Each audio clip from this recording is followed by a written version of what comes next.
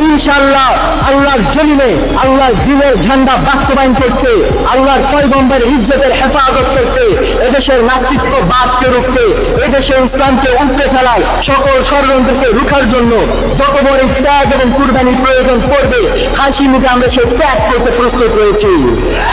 জীবন দিতে হলে জীবন দিতে প্রস্তুত রয়েছি। সন্তানদেরকে যদি এতিম করতে হয় সেজন্য আমরা প্রস্তুত রয়েছি।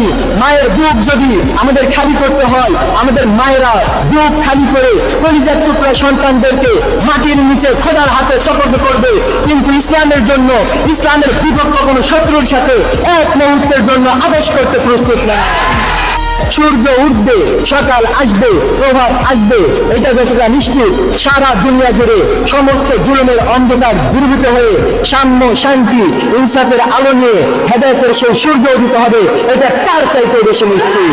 কাল পর্যন্ত যে ইহুদি মুসলমানদের দরবারে দাঁড়িয়ে ভিক্ষা করত একটু থাকার জন্য, আজকে সেই ইহুদি মুসলমানদেরকে চ্যালেঞ্জ করতেছে। আপনারা জানেন এর কারণ একটাই, মুসলিমরা তাদের সেই কোরআন থেকে সরে গিয়েছে, ওহীর বাণী থেকে সরে গিয়েছে।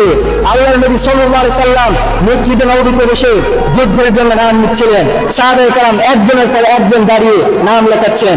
এই সময় একজন মহিলা তার দুধের সন্তানকে এনে পেশ করে বলতেছে, ইয়া রাসূলুল্লাহ, আমার এই দুধের শিশুটিকে আপনি যুদ্ধের জন্য কবুল করে নিন। আল্লাহর নবী বলেছিলেন, আমি তো যুদ্ধের জন্য নাম নিচ্ছি, বাচ্চাদের খেলার জন্য নাম নিচ্ছি না। তোমার এই দুধের শিশু না তীর চালাতে পারবে, না তরবারি চালাতে পারবে, না ঘোড়ায় বসতে পারবে, না উঠে বসতে পারবে, না ঢাল ঘোরাতে পারবে। তখন এই মহিলা বলেছিল, ইয়া রাসূলুল্লাহ, আমিও জানি এই আমার দুধের শিশু তীর চালাতে পারবে না, আমার দুধের শিশু ঢাল ঘোরাতে পারবে না, আমার দুধের শিশু তরবারি চালাতে পারবে না, আমার দুধের শিশু ঘোড়ায় বসতে পারবে না, আমার দুধের শিশু উঠে বসতে পারবে না, কিন্তু আমি জানি এই আমার শিশু ঢাল হতে পারবে। আপনাকে লক্ষ্য করে যখন দুশমনরা তীর ছুঁড়ে মারবে, আপনাকে লক্ষ্য করে যখন দুশমনরা তরবারি আঘাত করবে, সেই মুহূর্তে আমার দুধের সন্তানকে ঢাল স্বরূপ পেতে ধরবেন। আমার সন্তান টুকরো টুকরো হবে, আপনার দেহ রক্ষা হবে, আমি সেই জন্য দান করেছি।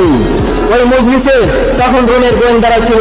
সেই গোয়েন্দারা গিয়ে রোম সম্রাটকে বলল, খবরদার, মুসলমানদের সঙ্গে যুদ্ধ করে বিজয় লাভ করার স্বপ্ন দেখো না। রোমের সম্রাট রেগে গিয়ে বলল, কেন আমাকে ভয় দেখাচ্ছ, কেন আমার সাহস ভেঙে দিচ্ছ? শক্তি আমাদের বেশি, অস্ত্র আমাদের বেশি, সৈনিক আমাদের বেশি, আমরা কম কিসে? রোমের গোয়েন্দারা তখন বলেছিল, সম্রাট জাহাপনা, অস্ত্র তোমার বেশি হতে পারে, সৈনিক তোমার বেশি হতে পারে, গায়ে শক্তি তোমাদের বেশি হতে পারে, কিন্তু জেনে রাখুন, তোমার সৈনিকদের কাছে সুন্দরী নারী আর যুবতী যত বেশি প্রিয়, আর মদের পেয়ালা যত বেশি প্রিয়, মুহাম্মাদের সৈনিকদের কাছে আল্লাহর রাস্তায় জীবন দেওয়া তার চাইতে বেশি প্রিয়।